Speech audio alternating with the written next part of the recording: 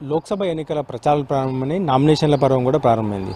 దాదాపు అభ్యర్థుల నామినేషన్లు వేస్తున్నటువంటి పరిస్థితి ఉంది. సో మెదక్ లోక్సభ నుంచి పోటీ చేస్తున్న బీఆర్ఎస్ అభ్యర్థి వెంకటరామరెడ్డి గారు మనతో ఉన్నారు.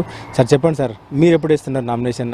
ప్రచారం కూడా స్టార్ట్ చేసిండ్రు, ఎట్లా ఉంది రెస్పాన్స్? నామినేషన్స్ ఎప్పుడు? నామినేషన్స్ నాది 24th నాడు నామినేషన్ ఉంది. 24th నాడు వేస్తూ ఉన్నాము. ప్రచారం చాలా బాగుంది. గ్రౌండ్లో కనెక్ట్ అయిపోయాము. పాత పరిచయాలే కాబట్టి నేను కొత్తగా పరిచయం చేసుకోవాల్సిన అవసరం లేదు. ఓటర్స్కి చాలా అనుభవం, ఇక్కడే పనిచేసిన విషయంలో నన్ను అందరూ కూడా గుర్తుపడతారు. సో కొత్తగా నేను పరిచయం చేసుకోవాల్సింది అప్పుడు ఆఫీసర్గా, ప్రజల ఆఫీసర్గా ఉన్నాను.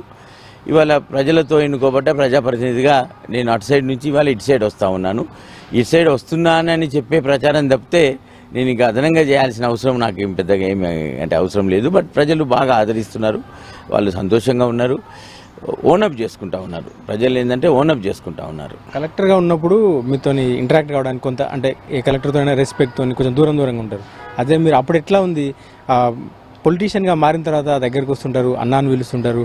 సో ఇంకా ఎక్కువ ఇంటిమేట్స్ పెడుతుంది. ఎట్లా ఉంది సార్ దానికి దీనికి తేడా? చాలా అంటే తేడా లేదు. బేసికల్గా ఏమంటే ఎమ్మెల్యే గారు కానివ్వండి, లేకుంటే జెడ్పీటీసీ కానివ్వండి, మండల ప్రజా పరిషత్ కానివ్వండి, జిల్లా పరిషత్ మెంబర్స్ కానివ్వండి, లేకుంటే చైర్మన్ కానివ్వండి, ఆ రోజు కలెక్టర్గా ఉన్నప్పుడు వచ్చి సార్ ఈ విషయాలు మా ప్రజా ప్రాంతాల్లో కావాలి ఇవి సార్ అనేవాళ్ళు. నేను కూడా వాళ్ళని గౌరవంగా మాట్లాడేది. ఇప్పుడు సార్ అనే బదులు అన్న అనే పరుడు చాలా మామూలుగా అయిపోయింది. ఇప్పటికి కూడా నన్ను ఎవరన్నా వచ్చి సార్ అని అన్నప్పుడు నేను వారికి అన్న, సార్ అంటే దూరం అవుతా అన్నాను నీకు దగ్గర అవుతానని చెప్పేసి నేను ఇవాళ చెప్పుకోవడం జరుగుతూ ఉంది. ఎందుకంటే రాజకీయాలలో అన్న అన్నప్పుడు ఇదంతా కూడా దగ్గరికి అయిపోతాం మనం. బేసికల్గా సారు అనేటప్పటికి ఏంటంటే కలెక్టర్ అన్నప్పుడు కొన్ని పరిధులలో మనం పరిమితమైన సిచ్యువేషన్లో మాట్లాడాల్సి వస్తుంది. కాబట్టి ఇప్పుడు అన్ని నాకున్న అడ్వాంటేజ్ ఏంటంటే కలెక్టర్గా ఉన్నప్పుడు నేను న్యూట్రల్ ఆఫీసర్ని. అప్పుడు నేను కంపల్సరీ అందరికీ పనులు చేయాలి. ప్రజాప్రతినిధి ద్వారా వచ్చినా పనిచేసేది, స్వంతంగా ఎవరైనా అర్జీదారు వచ్చినా పనిచేసేది, ఏ పార్టీ నుంచి వచ్చినా కూడా ఒక అధికారిగా అందరికీ సమన్వయం చేయాల్సిన అవసరం మనకుంటుంది. ఆ విధంగా చేశాను. దానివల్ల నాకేంటంటే ప్రతి రాజకీయ పార్టీలో ఉన్న ప్రజాప్రతినిధులు, ప్రతి రాజకీయ పార్టీలో ఉన్న అధికారులందరూ కూడా నాతో ఇవాళ మంచిగా కలిసిమెలిసి ఉంటారు. అది నాకున్న అడ్వాంటేజ్. సార్ ఎట్లా ఉంది అంటే ఇప్పుడు మీరు అంటే ఇప్పుడు కలెక్టర్గా ఉన్నప్పుడు ఇక్కడ మెదక్ లోక్సభ పరిధిలో ఎట్లాంటి సమస్యలు గుర్తించిండ్రు? సో అప్పుడు చేయలేకపోయినరా, లేకపోతే ఇప్పుడు ఎంపీగా ఉన్న తర్వాత అంటే ఎంపీగా గెలిస్తే ఏం చేయబోతున్నారు సార్? చాలా అంటే బేసికల్గా ఒక అధికారిగా, ఒక కలెక్టర్గా ఉన్నప్పుడు ప్రభుత్వ పథకాలు ఏవైతే ఉంటాయో ఆ ప్రభుత్వ పథకాలతో మనం ఏం చేస్తామంటే అవి ఇంప్లిమెంట్ చేస్తాం. ఒక అధికారిగా గవర్నమెంట్ ప్రోగ్రామ్స్ని చాలా జాగ్రత్తగా ప్రభుత్వం ఏదైతే ఆశించి ఆ పథకం తెచ్చిందో, ఆ ప్రోగ్రాం తెచ్చిందో ఆ ఫలితాలు మేము ప్రభుత్వానికి ఇవ్వాలి. మా బాధ్యత అంతా ఇంప్లిమెంటేషన్లో ఏ పొరపాటు జరగకుండా చేయాలనేది మేము చేస్తాం. ఆ క్రమంలో మేము చేశాం.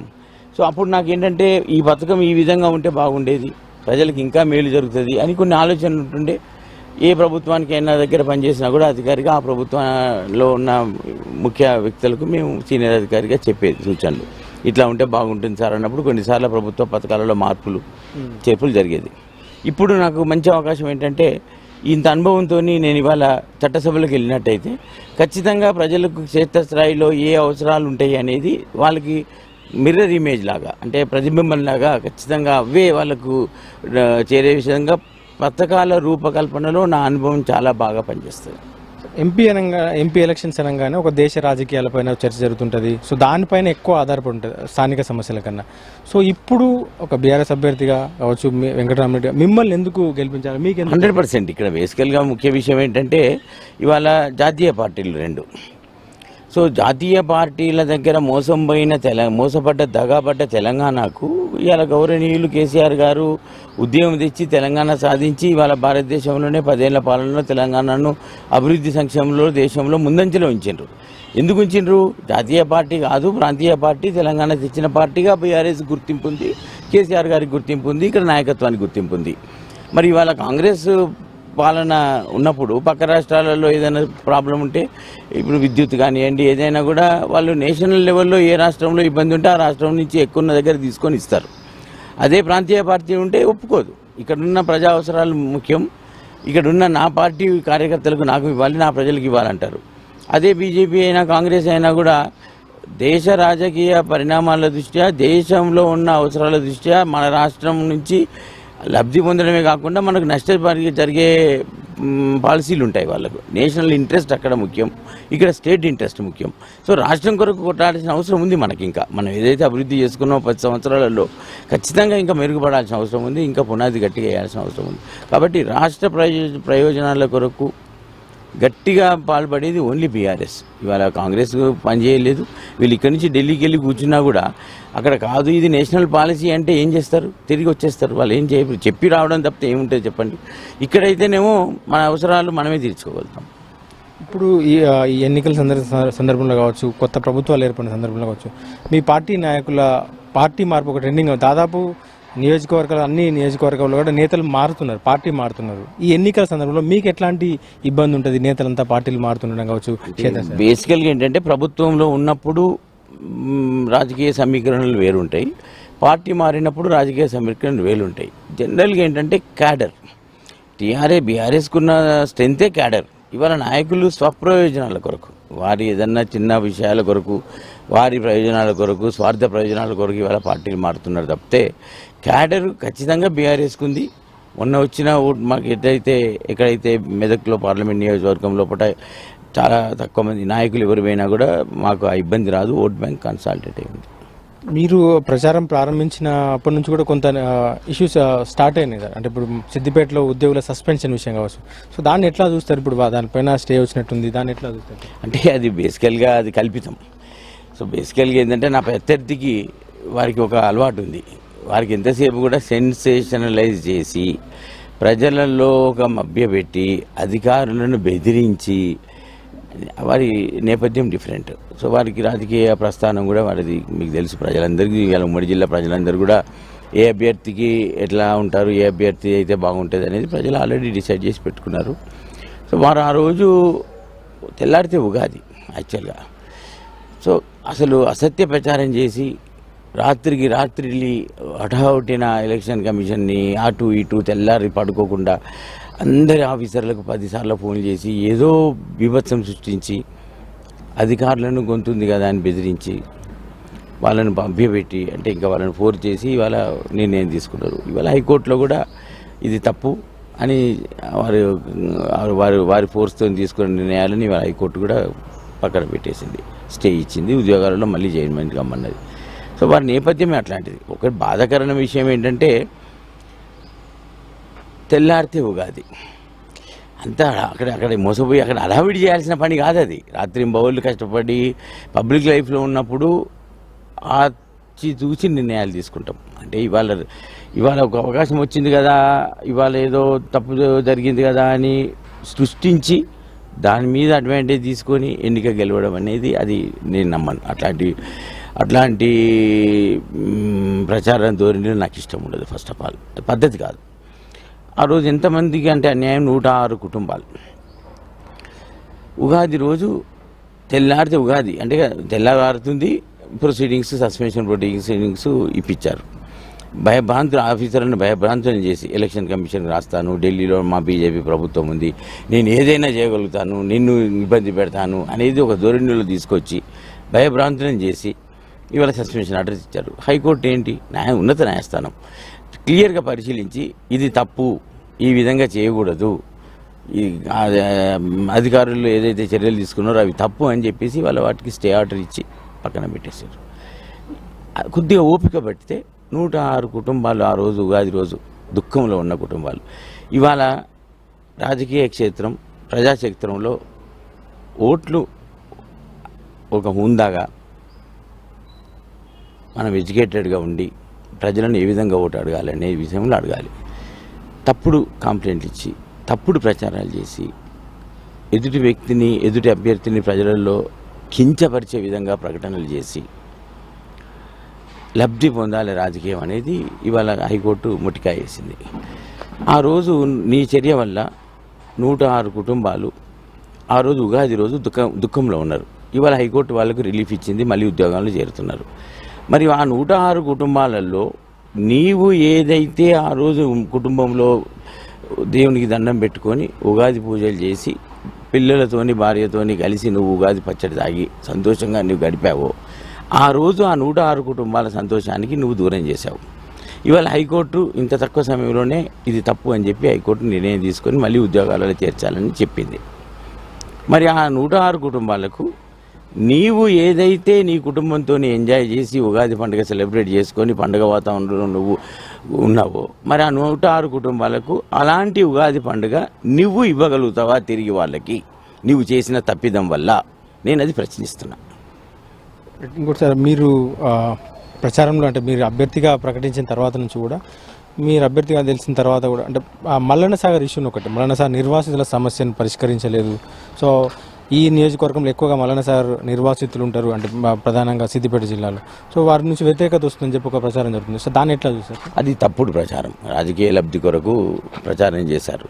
సో అప్పుడు గతం ఎన్నికలలో, అంటే మొన్నటి అసెంబ్లీ ఎన్నికలు కానివ్వండి, దుబ్బాకకు 2018లో బై ఎలక్షన్లో కానివ్వండి, తప్పుడు ప్రచారాలు చేశారు. ఏంటంటే మేము ఇది ఇస్తాం అది ఇస్తాం. పాపం మంచి ప్యాకేజీ స్టేట్ గవర్నమెంట్ ఇచ్చింది, భారతదేశంలో ఎక్కడ ఇవ్వని ప్యాకేజు.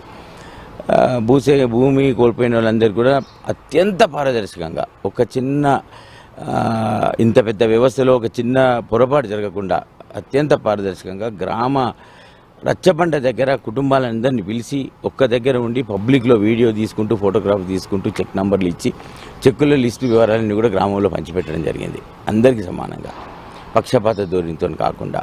సో ట్రాన్స్పరెంట్గా పద్ధతి జరిగింది. ప్యాకేజ్ కూడా ప్రత్యేక చట్టం తీసుకొచ్చి తెలంగాణ రాష్ట్రం భారతదేశంలో ఎక్కడా లేని విధంగా గౌరవ కేసీఆర్ గారు, అప్పుడు హరీష్ రావు గారు మంచి నిర్ణయం తీసుకొని ఇవాళ మంచి ప్యాకేజ్ భారతదేశంలో ఎక్కడ ఇచ్చారు. రాజకీయ నేపథ్యంలో తప్పుడు ప్రచారాలు చేశారు. ఎవరిని ప్రచారం చేయాలి? ప్రభుత్వాన్ని చేయాలి, చేసిన కలెక్టర్ని చేయాలి. కానీ ఇది ప్రచార మాధ్యమాలలోనే ఉంది తప్పితే క్షేత్రస్థాయిలో లేదు. మొన్నటి ఎగ్జాంపుల్ ఉదాహరణ, గౌరవ కేసీఆర్ గారికి ముంపు గ్రామాలలో ఉన్న పోలింగ్ స్టేషన్స్లో రీహాబిలిటేటెడ్ కాలనీలో ప్రతి కాలనీలో మెజార్టీ వచ్చింది. ఇవాళ నాకు కూడా, నేను ఇవాళ ఈ వేదిక మీద నేను చెప్తా ఉన్నా, ప్రతి R&R కాలనీలో కూడా నాకు మెజార్టీ రాబోతుంది.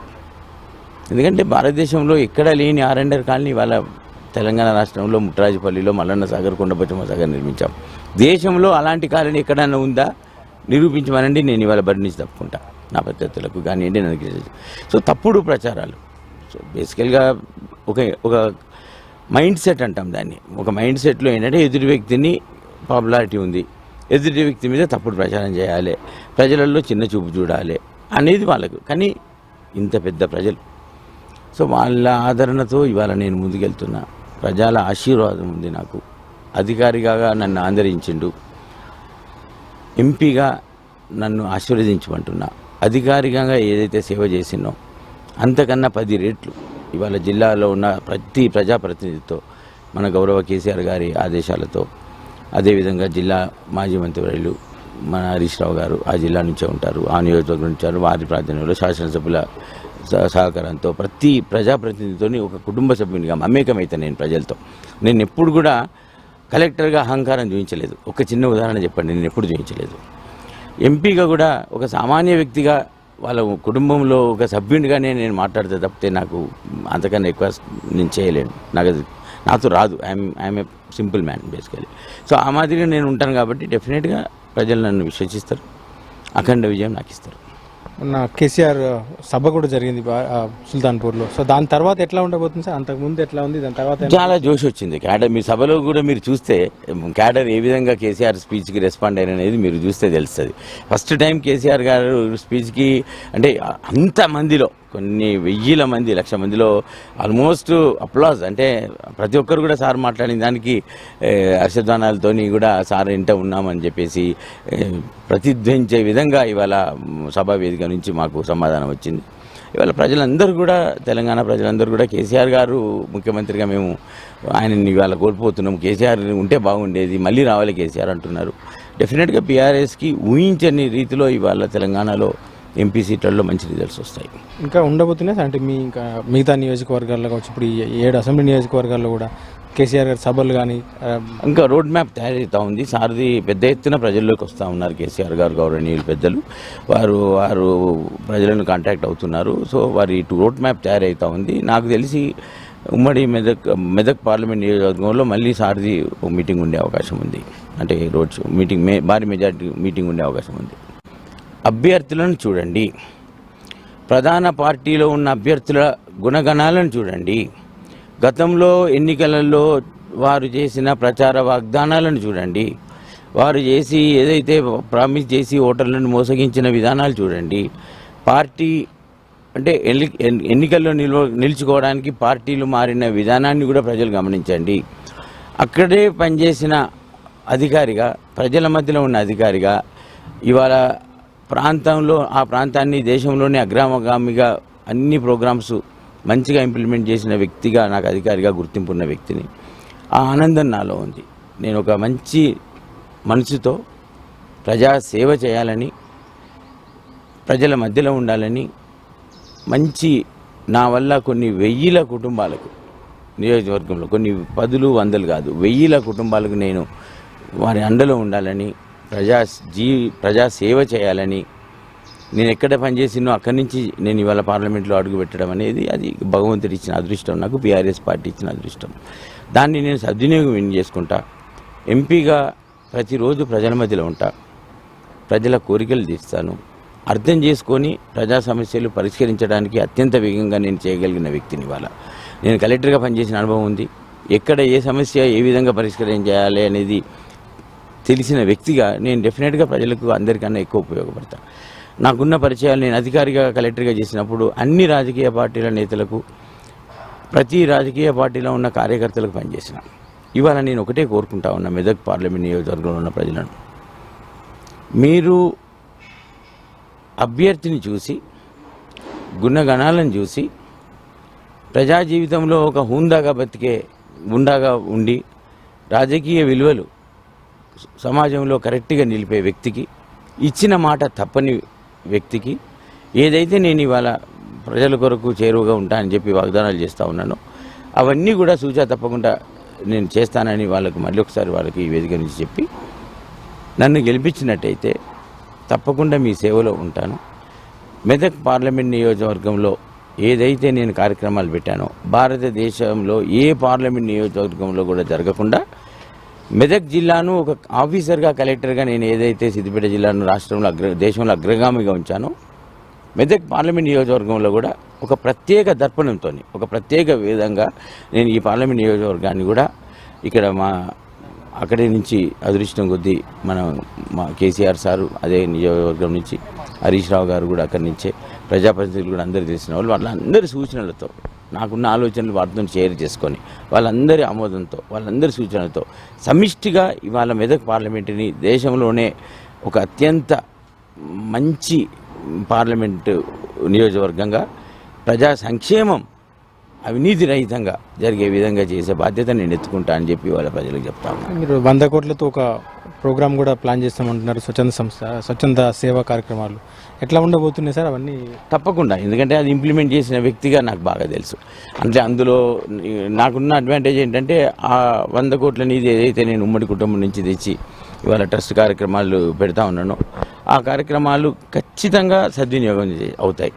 నేను ఇంకొకటి కూడా ఇవాళ నేను చెప్తా ఉన్నా, ప్రతి పైసా ప్రతి సంవత్సరం ఏదైతే నేను ఖర్చు పెడతా ఉన్నానో ఆ డబ్బు వెబ్సైట్లో ఏ వ్యక్తికి ఏ అవసరం కొరకు, ఏ విద్యా సంస్థలో డబ్బులు కట్టడానికి, ఫీజు కట్టడానికి, చెక్ నెంబర్తో సహా, డేట్తో సహా, విద్యార్థి పేరుతోని, తండ్రి పేరుతో, ఏ నియోజకవర్గం నుంచి, ఏ గ్రామం నుంచి చేసినాం, ఏ మండలం నుంచి చేసినా అనేది నా వెబ్సైట్లో ఉంటాయి. సో నేను అన్నీ ఆలోచించుకొని ఏ విధంగానైతే ఏదైతే చేయగలుగుతామో అదే నేను ఇవాళ చేస్తా ఉన్నాను. నా ప్రత్యర్థులు ఉన్నారు, మొన్న ఉప ఎన్నికల్లో తప్పుడు వాగ్దానాలు ఇచ్చారు, చాలా తప్పుడు వాగ్దానాలు, ఒక నోటికి వచ్చింది వాగ్దానం చేశారు. ఎడ్లు ఇస్తా అన్నారు, నాగన్లు ఇస్తా అన్నారు, నిరుద్యోగ భృతి ఇస్తా అన్నారు, హాస్పిటల్ పెడతా అన్నారు, ఉచిత వైద్యం ఇస్తా అన్నారు, టెక్స్టైల్ పార్క్ తెస్తా అన్నారు. అసలు ఏ కాలనీకి వెళ్తే ఎవరికి ఏదంటే అది మాఫీ, ఎవరికి ఏదైనా కూడా నేను చేస్తా. సో నేను అట్లా చెప్పట్లేదు, నేను ఏవైతే చేయగలుగుతానో అవే చెప్తా ఉన్నాను. ఖచ్చితంగా నేను అన్నీ అమలు చేస్తాననే విశ్వాసం నా ఓటర్లకు ఉంది. నాకున్న పేరే వెంకటరామరెడ్డికి ఉన్న పేరే నమ్మకం. వెంకటరామరెడ్డి అంటేనే మాట తప్పని వెంకటరామరెడ్డి అంటారు. వెంకటరామరెడ్డి అంటేనే ఆలోచించి మాట్లాడతారు. వెంకటరామరెడ్డి ఓట్లకు అబద్ధం ఆడని పేరు నాకుంది. సో అధికారిగా నన్ను చూసిండ్రు, నా పనులు ప్రజలు గమనించిండ్రు, నా నడవడిక ప్రజలు గమనించిండ్రు. ఇవాళ నాకు ఎంపీగా నేను వాళ్ళని ఓటు ఏదైతే అభ్యర్థిస్తున్నానో, ఓటు కావాలని నేను వారిని అడుగుతున్నానో, నన్ను విశ్వసించి నమ్మి నాకు ఓటేయండి అని చెప్తున్నా. నేను ఏదైతే కలెక్టర్గా సేవ చేసినో అంతకన్నా ఎక్కువ మెదక్ సేవకుడిగా నేను మీ ముందుకు వస్తున్నా. ఖచ్చితంగా చెప్పింది చెప్పినట్టుగా 100% చేస్తానని హామీస్తాను. ఇప్పుడు ఈ పార్లమెంట్ నియోజకవర్గంలోనే ఇప్పుడు పటాన్చెరు లాంటి ఒక పారిశ్రామిక ప్రాంతం ఉంది. దాంతోపాటు జాతీయ స్థాయిలో అంటే ప్రభావితం చేసే ఆ నియోజకవర్గం కూడా ఇది. అంటే ఇక్కడ దాదాపు దేశంలో అన్ని రాష్ట్రాల నుంచి కూడా ప్రజలు ఉంటారు. సో వాళ్ళకి ఏం చెప్తారు సార్? అంటే ఎందుకు మీకు తప్పకుండా ఇప్పుడు అర్బన్ లివింగ్ ఉందండి. ఇప్పుడు అర్బన్ లివింగ్లో లాట్ ఆఫ్ డెవలప్మెంట్స్ రావాలి. మన ఇండియన్ ఎకానమీ ఏమవుతుందంటే గ్రాడ్యువల్గా ఇంక్రీజ్ అవుతా ఉంది. మన స్టాండర్డ్ ఆఫ్ లివింగ్ అంటాం, మన జీవన ప్రమాణాలు చాలా పెరుగుతున్నాయి. ఇవాళ మనం ఒక 10 సంవత్సరాల క్రితం తెలంగాణ రాకముందు తెలంగాణ మనకున్న కుటుంబం ఏ విధంగా ఇబ్బందులు పడ్డది, ఇవాళ తెలంగాణ వచ్చినాక ఏ విధంగా ఉంది. సో ఆర్థికంగా ఎదిగిన రాష్ట్రం తెలంగాణ. జీడిపి అంటే కుటుంబంలో ఉన్న ఆస్తి విలువ పెరిగింది. ఇవాళ మంచి వైద్యం ఇస్తూ ఉన్నారు, మంచి ఉద్యోగం ఇస్తూ ఉన్నారు. సో మంచి ఇన్ఫ్రాస్ట్రక్చర్ కూడా కావాలి వాళ్ళకు. వాళ్ళ రోడ్లు కానివ్వండి, డ్రైనేజ్ కానివ్వండి, మంచి వ్యవస్థలు రావాలి. సో ఏదైనా కూడా నాకు కలెక్టర్గా పనిచేసిన అనుభవం ఉంది కాబట్టి ఏదైనా ఒక వర్క్ శాంక్షన్ చేస్తున్నప్పుడు నేను నెక్స్ట్ 50 సంవత్సరాలకు ఏ విధంగా ఉండాలని ఆలోచిస్తాను. నెక్స్ట్ 25 సంవత్సరాలకు ఏ విధంగా ఉండాలి ఆ ఇన్ఫ్రాస్ట్రక్చర్, మరి దాని ఉపయోగం ఏందని ఆలోచించి నేను ప్లాన్ చేస్తాను. నేను అంతేగాని ఏదో ఇవాళ ఒక కాలనీ అడిగిండు, ఒక మోర్ అడిగిండు, టక్కని ఇవ్వాలి ఫాస్ట్గా చేయడంలో నాకు అవకాశం ఉంది. ఒక ఫ్యూచర్ని ఆలోచించుకొని ఆ ప్రణాళిక తయారు చేయడంలో నాకు అనుభవం ఉంది. డబ్బు ఏదైతే మనం ప్రభుత్వ డబ్బు ఖర్చు పెడుతున్నామో ఒక తరానికి పనికొచ్చే విధంగా ఉండాలి తప్పితే ఒక 5 ఏళ్ళలో 4 ఏళ్ళలో 2 ఏళ్ళలో నాణ్యత లేకుండా ఖరాబ్ అయ్యే విధంగా వృధా ఎక్స్పెండిచర్ కాకుండా నాకు అనుభవం ఖచ్చితంగా నాకు అది అడిషనల్ అడ్వాంటేజ్ అవుతుంది. పటాన్చెరు లాంటి అర్బన్ ఏరియాస్ ఇప్పుడు ఉంది, మెట్రో రావాలి అక్కడికి. ఇప్పుడు ఖచ్చితంగా మెట్రో రైలు రావాలి, మెట్రో రావాలి, రోడ్ ఇన్ఫ్రాస్ట్రక్చర్ పెరగాలి, డ్రైనేజ్ వ్యవస్థ పెరగాలి, నీటి సమస్య ఇంకా పర్మనెంట్గా మంచిగా తీర్చాలి. చాలా ఉన్నాయి ఇష్యూస్. సో ఈ విధంగా అర్బన్ లివింగ్ అనేది పెద్ద సబ్జెక్ట్. అది అందులో నాకు చాలా అంటే నైపుణ్యం ఉంది, నేను పనిచేసిన అనుభవం ఉంది నా గతంలో. ఈ అర్బన్ లివింగ్ కాన్సెప్ట్ లోపల ప్రజలకు సులభతరమైన జీవిత విధానాలు కావాలి, ఇన్కన్వీనియన్స్ అనేది ఉండకూడదు. పబ్లిక్కి త్వరితగతిన ప్రజా ఆఫీసులలో కూడా పనులు జరిగిపోవాలి, డిలే జరగకూడదు. సో నేను అడ్మినిస్ట్రేటివ్ వ్యవస్థను కూడా నేను ఏదైతే నియోజకవర్గంలో ఉన్న ఆఫీసులలో కూడా ప్రజలకు మంచి సేవలు ప్రభుత్వ అధికారుల నుంచి వచ్చే విధంగా కూడా నేను అనుసంధానం చేసే కెపాసిటీ నాకుంది. ఇవాళ ఎవరికి లేదు అక్కడ. ఇది నాకు అడిషనల్ అడ్వాంటేజ్. ప్రజలు ఈ విషయంలో నన్ను విశ్వసిస్తారని నమ్మకం ఉంది. ఇది మెదక్ పార్లమెంట్ నుంచి బీఆర్ఎస్ తరఫున పోటీ చేసిన వెంకటరామరెడ్డి గారు చెప్తున్నారు. ప్రధానంగా కలెక్టర్గా తనకున్న అనుభవంతో ఈ ప్రాంత సమస్యలన్నీ తెలుసని, ఇప్పుడు భవిష్యత్తులో ఇక్కడ ఎట్లాంటి సమస్యల పరిష్కారం కోసం కావచ్చు, తెలంగాణ హక్కుల కోసం పోరాడేది కేవలం బీఆర్ఎస్ మాత్రమే, అందుకే బీఆర్ఎస్కే ఓటేస్తారంటూ కూడా తనను ఆశీర్వదిస్తారని నమ్మకంగా చెప్తున్నారు. కెమెరామెన్ రాజుతో శ్రీధర్, విస్క్ న్యూస్, మెదక్ నుండి.